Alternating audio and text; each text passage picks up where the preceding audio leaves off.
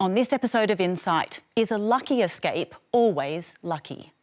We had a 20% chance of survival. Like, we're very lucky to be alive. The shark just kept coming in on the wave, and I moved to the left and the shark moved to the left, and then I moved to the right and it moved to the right. I can't believe this is happening. I began to feel like my life wasn't worth living. It was a bit of survivor's guilt, I think. I don't feel like it's a lucky escape. How do you think Simone would feel about the work you're doing? Yeah, I don't know. I don't know. My name's Lee Berryman. I'm a third generation Kangaroo Islander. People tell me I'm very lucky. They told me to buy a lotto ticket. Not too many people survive a white pointer attack.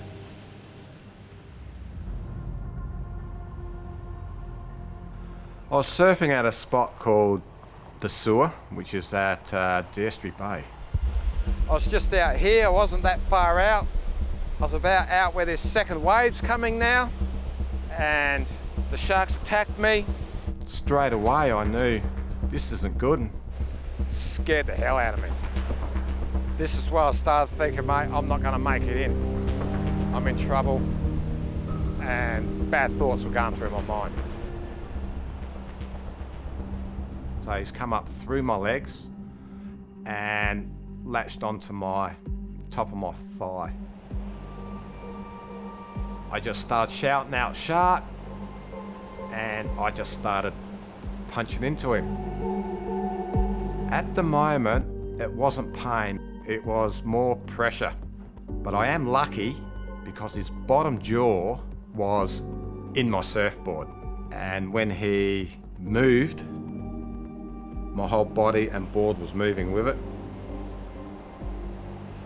Once I was back on shore, I was actually swearing like, "You've effing made it, man, you've made it." I was just talking to myself and moving my leg and going, you know, it's all working.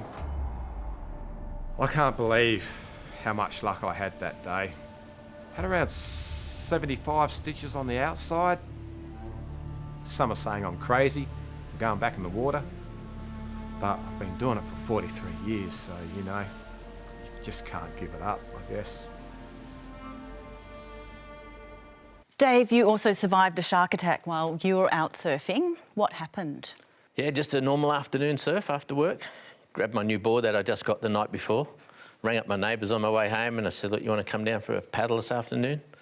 Got home, picked him up and off we went out. We got there was only one other guy in the water, a young guy called Noddy. And the surf wasn't that good, but I had a new board, so I was pretty keen to get out there. Another mate, Shauno, he turned up as well. And we walked out to the outside rocks, which is called Iron Peg, and we jumped in. I paddled like mad and got straight onto a wave. I was pretty happy. Paddled straight back out and got another one, and then paddled out a third time. The guys hadn't even caught a wave yet.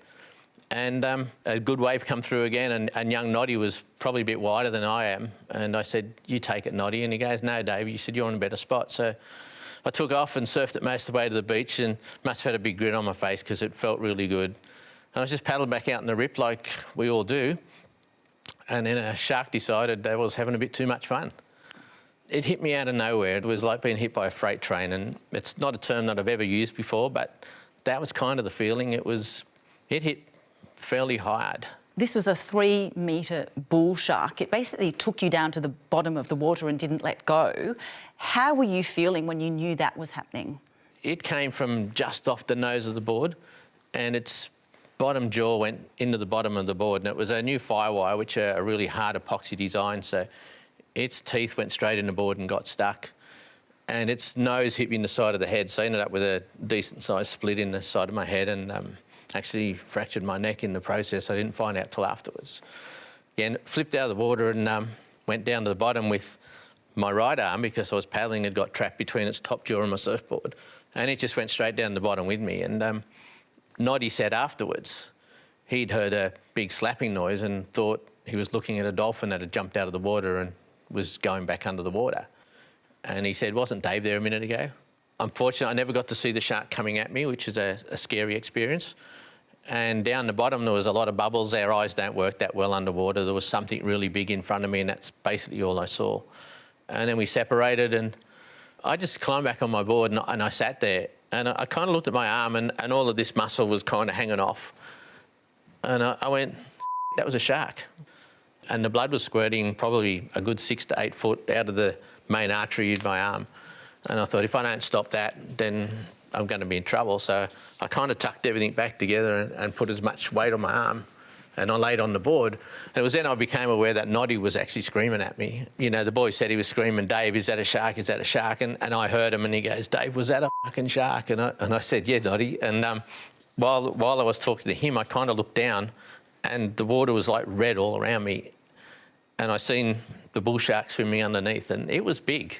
And I know water refracts things and makes them look bigger, but a 3 metre bull shark's quite large underwater. And I called out to the boys and I said, guys, I'll meet you on the beach. I said, I'll be all right. I'll just stop this and meet you in there. What happened once you reached the beach? I started paddling one arm and a set come through, like a big set of waves. I thought, beauty, I can get the first one, I'll be out. And the first wave actually picked me up and dumped me and rolled me off. And as I came back up, I copped the second one and I didn't even make the surface for the third one. And I was underwater and I'm seeing stars and like everything's closing in. And I'm a bit of a diver as well and a free diver. And I know when you've overextended yourself, first the stars go and then you lose your vision and then you black out. And I thought, geez, I'm going to die. But it was them 2 guys that got me out. And we hit the beach. And straight away they were into first aid mode. And the boys, I remember Shawnee saying, let's get his leg rope and use it as a tourniquet. And Noddy's going, let's get his arm above his heart so he stops pumping this blood out. And I remember thinking at the time, wow, these guys know what they're doing. And, you know, I'm lucky to have mates who are tradies and first aid guys as well. So that made a massive difference. Doctors said you'd lost about 40% of your blood. What did they say about your arm? We were there for about maybe 2 hours. And they actually pumped a heap of fluid in and went on the beach to stop me having a heart attack.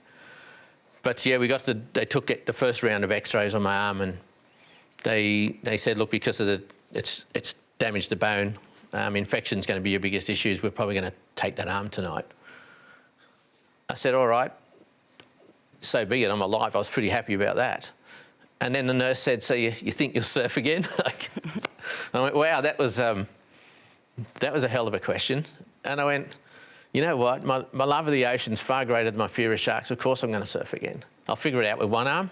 I've always done it with 2, but let's try again. They were able to save your arm. Yeah. Do people say you're lucky to have survived a shark attack? Yeah, and I agree. I am lucky. I know so many families who don't have someone. It's a game of millimetres. Like it's, you know, my arteries were cut open and 40% of my blood in such a short time. And if you don't get that first aid straight away, it's over. Chloe, in 2024, you were prescribed medication for a health condition. What happened when you started taking it? I was honestly fine for a few weeks, and then the day before an exam I was studying and I couldn't swallow any of the food I was eating. Then I went to bed and the next day I had blisters covered all over my mouth and I felt like I was choking. You went to the ER 3 times. When you finally got help, what did they discover? They discovered that from my neck all the way down, I had blisters and my skin was detaching. And at that point, my eyes had completely swollen. The skin in my eyes had burnt off, so my cornea was exposed to damage. And you had about 30% of burns to your body? At that point, it was 30, but by the time I was in the ICU, it extended to over 40%. You were on life support for 2 weeks with a severe form of Stevens-Johnson syndrome. What is that? It's a rare dermatological condition. You get it from taking medications. Your body starts to burn from the skin, and in that photo, I had burnt my esophagus, all of my arms, my back, even parts of my legs. So I couldn't do anything at that point, really. And even after, for the first few weeks, it was hard to breathe independently. I was doing my best to get discharged from hospital, so I did leave a bit too early. It was a matter of learning how to drink real water, not just like thickened water, or walking again. And I was still blind for the first few months. So just trying to get back to normal life while not being able to see. Did you have any other health issues at that time? Because I'd gotten sepsis a few times from that and respiratory arrest, I had like a lot of complications from that point. At the time, a dermatologist said you were lucky to have survived. How did you feel when you heard that? It's not really an experience that I'd call lucky. Relearning how to do everything from scratch while everything is still physically painful to do isn't lucky. The outcome was I've restored most of my vision and I don't have as many health complications, but it was a lot harder to go through life outside of the hospital. On the inside, you know, you have all the medications in the world to take care of you, you have round-the-clock attention, but I live out of home, so it was quite daunting the first few weeks when I was back at my own house. Anything could really happen in the night, and I just had to take it like one day at a time. How were your friendships and support at the time? My family was extremely supportive. A few of my friends who were with me in the hospital were also quite supportive, but I had lost, honestly, like half of my friends after being sick, because at the time it was quite visible that I had gone through severe burns and I wasn't able to do many things yet. I couldn't go outside during the day, and it was enough reason for a lot of my friends to not want to be around. Michelle, nearly 10 years ago, you and your son Dylan visited a number of national parks while you were both on holidays. Dylan was 9 at the time. Was this something you did regularly? Absolutely not. We have never been trekking, hiking, anything leading up to that long weekend. You were basically going to visit 4 parks over 4 days? We were. You visited those first 3. What happened on the 4th day? So when it came to the 4th day, I actually decided that we were just going to go have a look. We weren't going to do no trekking, so I never packed any supplies. So the days leading up to the 4th day, I actually packed a backpack with lunch. When you first started walking, where did you go? So at first we just pulled up to a massive campsite and we were just really intrigued by it. So we got out, had a look, and we just came to different sections of it, and we even sort of joked a little bit because part of it just reminds you of like parts out of like, you know, the Friday the 13th and things like that. And then we just came across the track. You came across a riverbed and decided to cross it. Why? I actually believed it was part of the track that we originally followed. Little did I know at the time, it actually nearly cost us our lives. Did you realise you were on the wrong path? At the time, I actually didn't believe that we were lost. I just thought we've just missed that section, and all we've got to do is just keep going back and forth until we find that section. When did you realise that maybe you were lost? It wasn't actually till the second day. Really? Yeah, because the first night we just sort of found a hill to lay down on, and I just kept saying to Dylan, it's okay, we're just like camping, but we've no tent. So you're trying to reassure your son that everything's okay? I think I'm trying to reassure both of us, really, but I knew by the second day that afternoon, I knew we were in deep. Dylan, you're Michelle's son. This happened a while ago. How did you feel when you realised you and your mum were probably lost? Scared. I thought I was going to die in there. It was more like Mum was freaking out, I was freaking out, we were both freaking out at the same time, but if it wasn't for my mum, I don't know what we would have done. It's just hope, pretty much. Michelle, by day 4, you were still lost and you hadn't drunk any water. There are not enough swear words to describe, but I remember when we watched when Dylan always watched Bear Grylls, that there was one episode that he showed us that we could drink our wee, and there is just nothing I can say to describe the taste of it. It was just foul. Like even like the process to think that that's what we needed to do, but in the moment of survival, you'll do it. Dylan, do you remember that, drinking the wee? Yeah, yeah, I do. It was very disgusting. Yeah, I don't know how he did it, but I guess you got to survive somehow in the bush, I guess. I think your mum told you to imagine it was something else. Yeah, What did she say to you? It was imagine it was like apple juice or something like that. Yeah, it was a bit dumb. Michelle, you'd only planned on a quick walk, just had your car keys and a phone. How long did you end up being lost without food and water? We were lost for 10 days. Steve, you've spent many years working in Southeast Asia as a photojournalist. What was the red shirt movement? That was developed in 2010, and this Thai politics was quite complicated at the time. The red shirts were like a rural, kind of leftish movement, but they were supporters of one of the Prime Ministers, Thaksin, and they took over central Bangkok and were there for months and months. What happened was in early May of 2010, on a Thursday night, I was watching our local news, and they reported that the head of the red shirt movement had been assassinated by a sniper in central Bangkok. And to me, that was pretty serious heads up. So by Friday evening, I was on a plane to Bangkok to cover what was about to happen.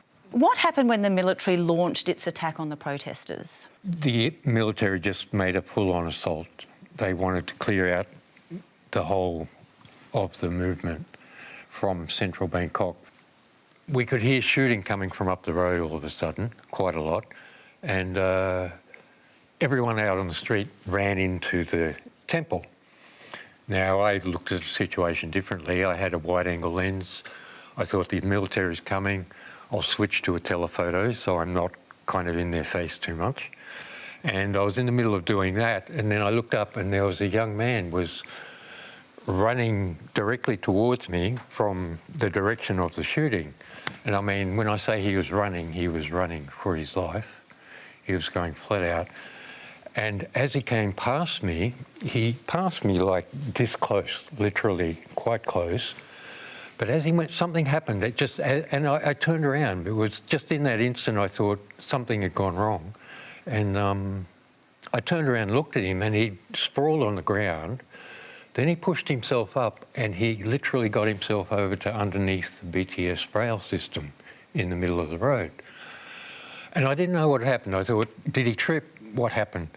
So I backpedaled to where I could be level with him, and I'd finished putting on my telephoto lens, and I used that to just have a look at him closer. And he was laying on his stomach, and then he rolled over, and his blood was just simply pumping out of his chest. And I thought, yeah, he's been shot. Now, I ran over to him, and I was going to try and treat him there, even though there seemed to be an exit wound. A monk came across the road too, but the monk wanted to carry him back into the temple. And there was a first aid station there, so I went with that. We both picked him up, got him into the temple, and sadly he only lasted about 15 minutes and then he died. So at this point, Steve, you're not feeling lucky because you just think that's just what happened, you got shot in the back. Did that come to change later? It did, yes, very much so. Kip, after finishing uni in the UK, you went travelling in Asia with friends. In Laos, you got quite sick. What happened?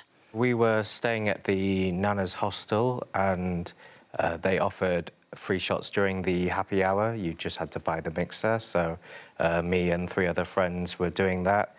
And then it wasn't until the day after that I started to get sick. So I'd thrown up in the morning after, but it just felt like quite a bad hangover. And then it got progressively worse throughout the day. It was quite a big travel day for us. We were going to Vientiane and then on to Hanoi. And it was on the overnight bus just outside the border that I started vomiting a lot more frequently. And then it was, from there, it just got worse and worse. Callum, you were travelling with Kip and also had free alcohol during that happy hour at the hostel. How were you feeling the next day? I woke up the next morning feeling relatively normal, a little tired as we've been out the day before. But the only thing that stands out was on that bus journey, I was starting to feel a little uncoordinated. I remember getting up to go to the toilet and dropping my phone and kind of scrambling around on the floor to pick it up. It was strange, but at the same time, I saw the state that Kip was in and I kind of thought, thank God that's not me. You know, I felt bad for him. At what point did you realise that something wasn't quite right, that maybe this wasn't a hangover? It was probably when we got off the bus to cross the border into Vietnam. I began to see kind of a blinding, kaleidoscopic light that kind of took over my whole vision.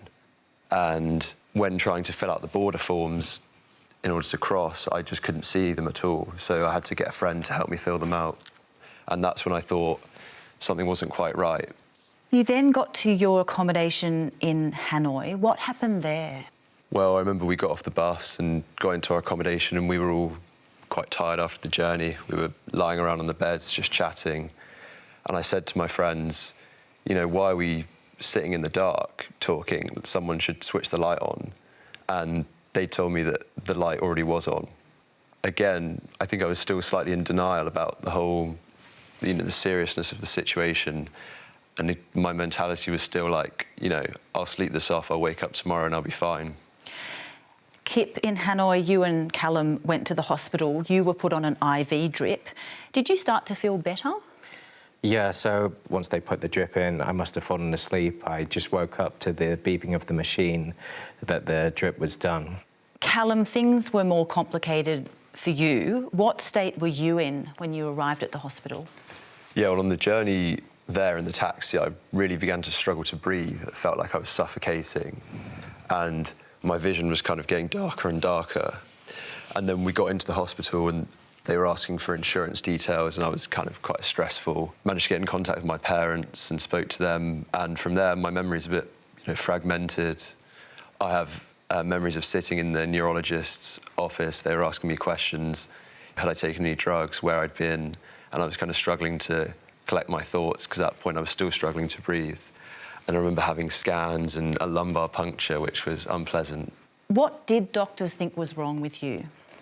Well, I think initially they thought it was an autoimmune condition called optic neuritis, which the antibodies in your blood begin attacking your optic nerve, and it causes, you know, huge amounts of inflammation and causes a loss of vision. So they immediately started me on like a steroid IV treatment, and at the same time they sent off the spinal fluid, I suppose, from the lumbar puncture to a lab in Korea to get the results. How were you feeling when they started that treatment? Physically, I felt pretty good, really, and I was kind of thinking, I just can't wait to get out of here, get my sight back and carry on travelling. What was the treatment itself like? The steroid treatment wasn't too bad, but then they began a different treatment, which was kind of like a major blood transfusion, I guess. They put like a big tube into my leg and effectively drained my blood out and put new blood in to flush out those antibodies. While Callum was in hospital in Hanoi, news was breaking around the world. Tonight, an adventure abroad turning into a nightmare. U.S. officials confirming a U.S. citizen's death in Vang Vieng, Laos. The tragedy announced amid a sudden string of deaths and illnesses in the town popular with tourists, some of them attributed to drinking tainted liquor. A dream getaway has ended in a family's devastation today after the death of Melbourne teenager Bianca Jones. Ms Jones is the fourth victim linked to the incident, following the deaths of 2 Danish women and an American man. Holly Bowles, now the 6th victim of this mass poisoning in Laos. They're all believed to have been poisoned by methanol. So what is methanol? Well, it's an industrial alcohol. It's made from wood. It's very different from ethanol, which is the basis for most alcoholic drinks. And it is very, very toxic to human beings. Callum, you were being treated after losing your vision. Did the treatment help? Everything was totally black. I couldn't see anything at all. And yeah, after a couple of rounds of this blood transfusion kind of treatment, I was able to kind of see a dark outline of my hand if I held it close to my face, which was definitely some progress. So at that point, there was a sense of hope and almost a celebration amongst like the medical staff, and it kind of made me feel hopeful as well. Kip, at the time Callum was in hospital, you heard the news that 6 people had died of methanol poisoning. They'd stayed at the same hostel as you both. What was it like to hear that? It was really difficult to come to terms with initially that might have been what had happened, because looking it up, methanol poisoning, obviously the chances of recovery are much, much lower than the autoimmune response that we initially thought it was. Did you tell Callum about the news? We had been with Callum for over a week in Hanoi while he was first in the hospital, but because we saw he was getting the treatment and we'd spoken with him, we'd been seeing him for a few days, we decided to go north a little bit in Vietnam to go away and do the Ha Giang loop. And then we had tried to get in touch with Callum by phone, but he hadn't picked up. And when we did manage to talk to his parents, it was obviously quite a difficult choice, but they advised us not to tell him what was going on with the methanol poisonings, where we'd been, until we knew for sure what was going on. Being in a foreign country, especially when only some of the nurses spoke English, it would have been quite difficult for him to be there on his own and deal with that and not freak out. Callum, did your eyesight continue to improve? No, not really, beyond the initial outline I could see of my hand. I think once I eventually returned to England, I was taken to the hospital in London and they gave me a more experimental treatment, and probably for a week after, I would wake up every day and my eyesight would be noticeably better, to the point at which, you know, I could read number plates on cars and I could kind of see icons on my phone and even read small text on my phone. And then after that, I began to sort of regress again until I wasn't really able to see anything. Bethany, you and your best friend Simone stayed at the same backpacker hostel as Kip and Callum. While you were both there, you went tubing. What's that? Tubing is where you basically go down the river and you stop off at various bars and the people working there kind of reel you in on ropes and you get off and you go up and have a drink. What did you think about those bars? At the time I did have reservations about them because they were kind of shack-like, I suppose. But given how many different places we'd been to in Southeast Asia before and had no problems, I suppose it was probably a bit over the top for me to think anything too outrageous was going to happen. But I did say to the other two that I was with, do you think these drinks will be okay? And they were like, yeah, of course. That night you also drank free shots at the hostel where you were staying. What happened the next day? So we woke up, felt quite disorientated and dizzy, confused, loss of appetite. Let's have a look at a photo of you and Simone that day. That's you there. How were you both feeling there? You're smiling, you look pretty happy. Yeah. I think we were probably still drunk because the effects of the methanol would probably have kicked in much later and we wouldn't have realised at the time that it was almost that sensation was happening. I have very few memories of that, just that we were drinking water, we were very tired, didn't really want to swim. It was just a bit of a pointless trip, really. Things weren't improving. Simone was still vomiting. You fainted. Later that day, you were both admitted to hospital with suspected food poisoning. You fell asleep. What was happening with Simone? So into the evening, our other friend woke me up and said, Simone's breathing strangely. And I said, what do you mean? And she was gasping for air, wasn't able to talk to me anymore and really just kind of non-responsive. I just had no idea what to do. And what did medical staff think was happening? They had no idea at that point. They thought it was food poisoning, and then we managed to get to another hospital where straight away we were diagnosed with methanol poisoning. At that time, were you aware of the other backpackers who'd been poisoned by methanol? No. Simone was later transferred to a private hospital and fell into a coma. Had you been in touch with her family? Yes, so when I was able to, I communicated with them and said, look, as far as I'm aware, she's doing better, but I didn't realise what was listed on her medical records at the time. What was listed on there? So it said respiratory failure and the fact that she needed to have, had a tube down her, and I wasn't aware of any of that because I was also in ICU, so they only told me very basic information, and obviously with the language barrier as well, that didn't help. You ended up calling Simone's parents back. What did you say to them? Well, I needed to tell them that the neurologist wanted brain surgery to happen to relieve pressure on the left-hand side of her brain. So her mum gave consent for that, obviously, and then they proceeded to do that. And then Sue arrived, luckily, as she was being wheeled into theatre. Simone's mum? Yeah. What was the outcome of the surgery? So it worked, but then she had bleeding on the other side of her brain as well. So they said to us, look, no matter what we do, even if we did another surgery, she would remain in a coma. So we had to wait for her to die naturally, but of course she didn't because she was so young and healthy. So Simone's mum, Sue, had to turn off her life support. I'm sorry that would have been so awful to experience for you. This all escalated pretty quickly. How were you processing all this, given that you both drank those free shots? You fainted, whereas your best friend had just died. It didn't really make sense, and it still doesn't make sense, to be honest. We were told it could have been a metabolism difference. We drank exactly the same amount.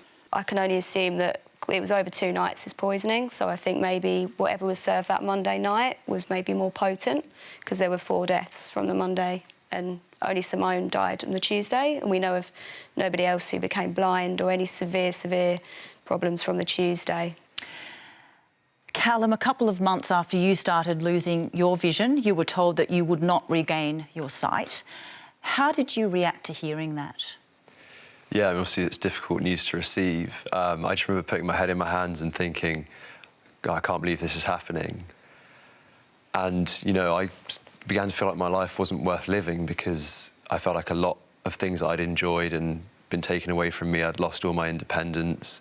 And so, yeah, I mean, I really kind of isolated myself from most of my friends, or all of my friends really, and, you know, didn't really speak to anyone. Was it ever confirmed that methanol poisoning caused your loss of vision? Yeah, they ultimately did confirm that it was methanol poisoning. Kip, you returned to Australia where you were living at the time. How were you feeling about all of this? Yeah, it was really difficult going back. It was the trip of our lives, you know, we were having such a great time, and then going back on my own, especially because Callum was pretty much entirely unreachable. I'd called for weeks and weeks and never heard anything back from him. It was just through his kind of parents that we got any information. So it was really difficult. And I guess I also felt a little bit kind of partially responsible or guilty in that he never would have come out to Southeast Asia if I hadn't invited him and budgeted him into coming out, I guess. So it was a kind of a bit of survivor's guilt, I think. Michelle, you were lost for 10 days in a national park with your son Dylan, who was 9 at the time. Can you relate to that sense of guilt? I can. The guilt is so real, and it holds you back from just moving past the trauma. I felt the guilt because I blamed myself to make that decision to cross over that time when I did. You were lost in October. Dylan said something that really struck you. What was it? He asked me if we were still there at Christmas time, would Santa come? Wow. What was it like to hear that?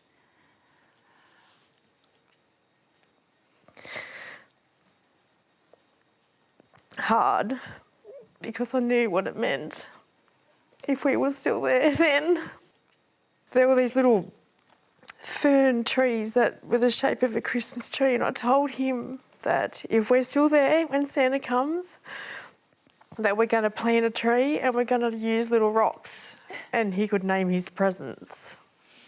Was that the hardest moment? One of them, one that was really hard, was on day 7 when we were really up really high on the mountain. We lay down to have a sleep because it was easier to try and sleep through the day than what it was of a night. We both dozed off when I woke up. When I looked at Dylan, he was purpley blue and I screamed. And when I did, he jolted awake, and I knew looking at him that he didn't have long. So that was just, yeah, really hard. So it was 2 more days till you would find water? It was, and I knew we had to go down low because we were really high and there was no water up high. When you found that water, what did it look like?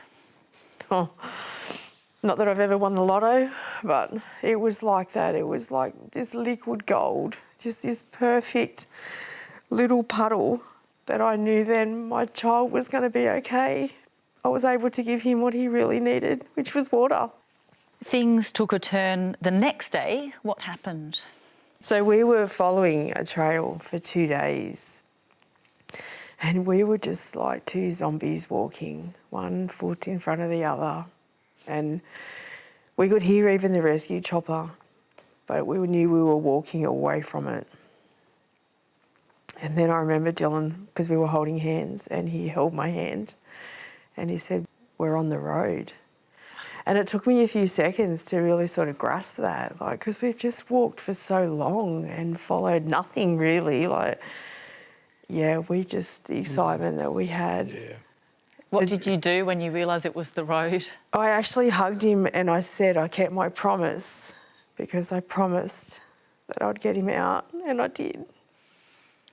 At that point, you saw a property with a sign on the outside. What did the sign say? Private property, do not enter. Yeah, like hell I'm not. Like, we're coming in. Did you find anything in there?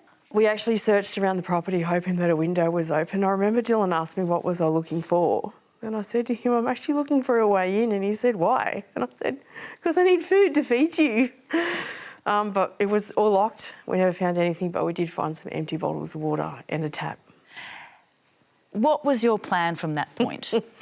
I still had the car keys on me and my phone that entire time, so we're going back to the car. I'm going to charge my phone and we're going home. And is that what happened? Absolutely not.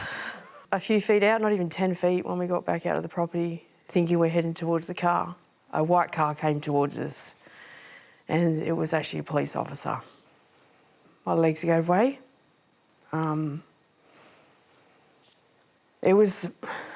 It was trying to process it all, even just with Dylan, not sure, was we going to have, or more him, going to have any injuries, permanent damage from what he'd gone through, not having any food or water for that long. Yeah.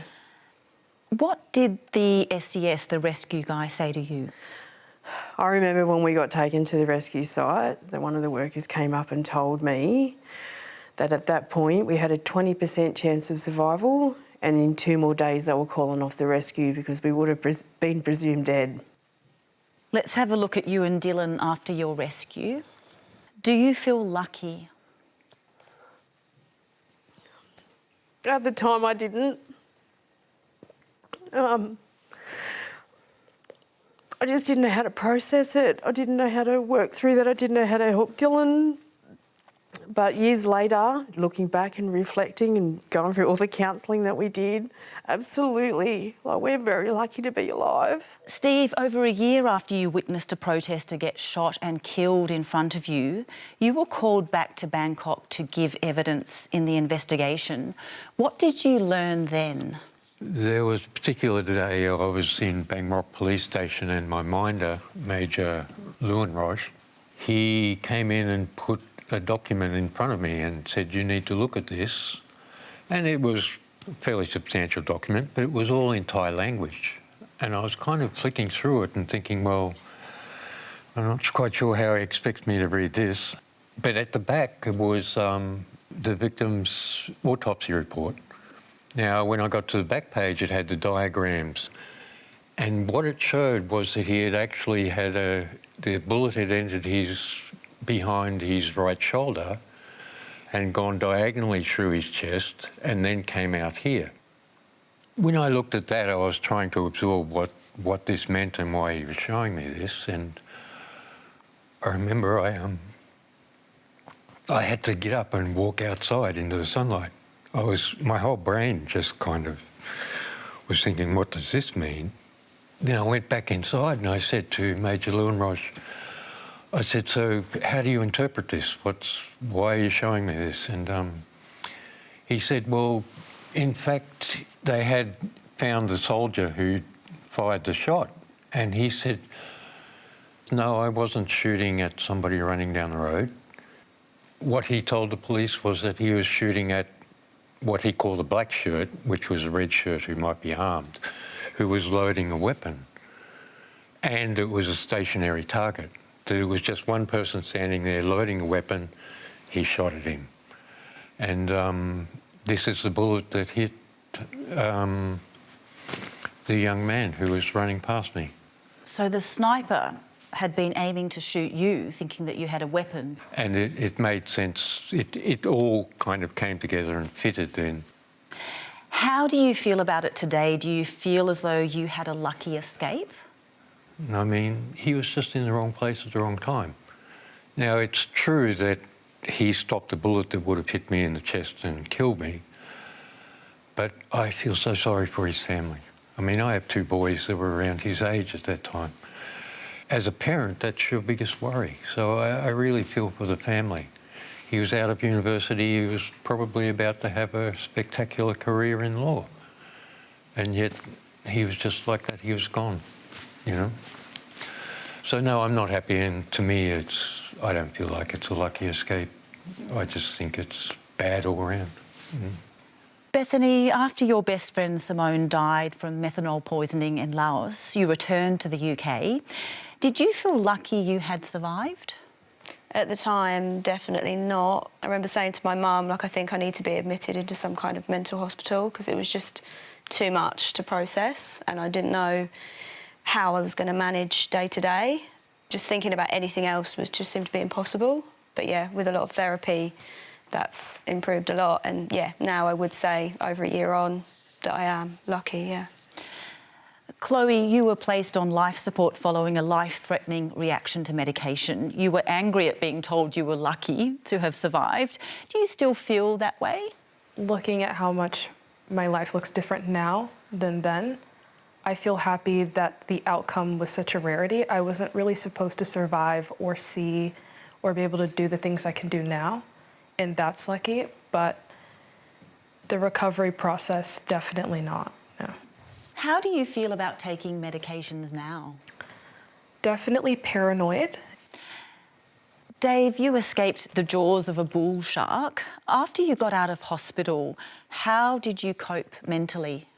It was tough. Something brilliant happened while I was in hospital, and that was a week prior to my attack. There was another attack at Newcastle.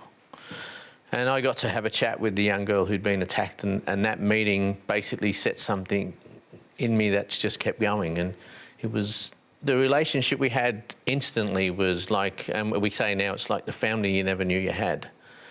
And afterwards, I was struggling. I was having weird dreams of a night. Deb would tell me I was waking up screaming, and I had that for myself. My dog barked one day when I was kind of laying in the chair asleep, and I do remember waking up screaming, and that's when Deb said, like, you're doing that a lot, you need to sort that out. From that, whenever I did a TV interview or a radio interview, I would ask to be put in touch with the other people they were talking to, because I thought maybe somebody else had the answers. And the mental trauma is a weird one to cope with, and everyone in this room, I can hear it everywhere, we've all got post-traumatic stress, and it's something that never leaves you, but you can learn how to control it to some extent. Have you been back in the water since then? Yeah, I love it. Like, as I said that night in hospital, my love of the ocean's far greater than my fear of sharks, and it was that sentence that made sure that I was not going to stop surfing. There has been a few times. I ran into 12 sharks in the first year back in the water. It was like everywhere I went there was a shark, and if it was going to bump someone, it was going to bump me. And there was a couple of funny ones in there. We were paddling out at Crescent Head one day, and the guy beside me was just the guy I was paddling out with, and a shark come through a wave chasing a bunch of fish, and he screamed and I laughed, and I held up my arm because I was still wearing a cast then, and I go, oh, they don't hurt too much. Oh.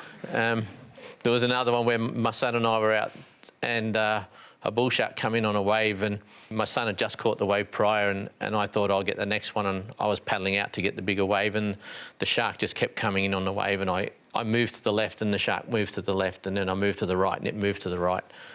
So at the last minute, I flipped around and just paddled like mad and caught the wave. And I rode it right through to the beach and got out and threw my board in the bush, and I said, I can't do this anymore. And wow. That was a tough one. But my son came and gave me a hug and said, you'll be all right. And my son said, come on, Dad. And we walked 50 metres up the beach and paddled back out and had another surf. So that would say that was not comfortable, but it was probably what I needed to do. But yeah, Deb's been a great inspiration ever since. She surfs more than I do now. Yeah, she shows me that it's safe to go surfing. Deb, you're a nurse. You were here throughout the whole experience. Have you noticed this attack change Dave?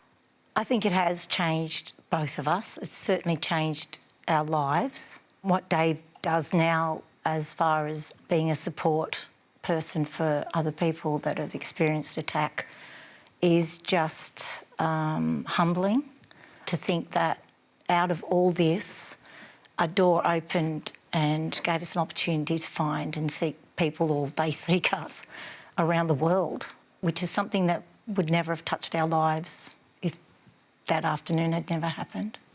You set up a support group called Bite Club for shark attack survivors and their families. Why did you do that? I was hoping that people would tell me what's going on in my head, and every time I met someone, I remember one day I drove 5 hours to have a cup of coffee with someone and drove home. But that hour that we spent together, you come away with such a great feeling that you're not alone anymore in this. And basically it wasn't something I intended to do, but I knew 3 shark attack survivors, then I knew 5, then it was 7, then it was 15, and now we've got, I think it was 560 this afternoon when I looked on our page. So, and we ventured out not just to sharks, but to other people. We've got lion survivors in our group, tigers. So we've got a lady who was attacked by a gorilla. It's amazing the similarities that we all have caused by attacks from wild animals. And I think it's coming to the understanding that you're part of the food chain, and that is a very humbling experience to deal with.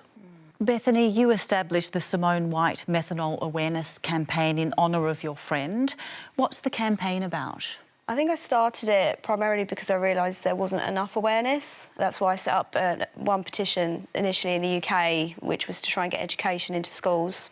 That happened very quickly, actually. So then we moved on to the Change.org petition, which was trying to get airports and airlines to do more by raising awareness. What things have you asked airports and airlines to do? More visible signage. So Australia actually started doing that way before, but we would like lots of different countries around the world to start doing that. Visible signage around what alcohol to drink and how to make sure you keep safe? Yeah, how to stay safe. So drinking things like beers and ciders instead of spirits when you're away. Make sure you get duty-free so that you don't have to drink cocktails and shots when you're out.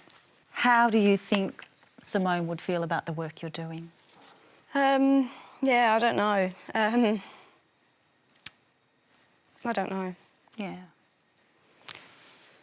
But yeah, I think she'd be pleased that things are moving. I mean, they're moving slowly, but things seem to be changing, and people seem to be a bit more aware about it now.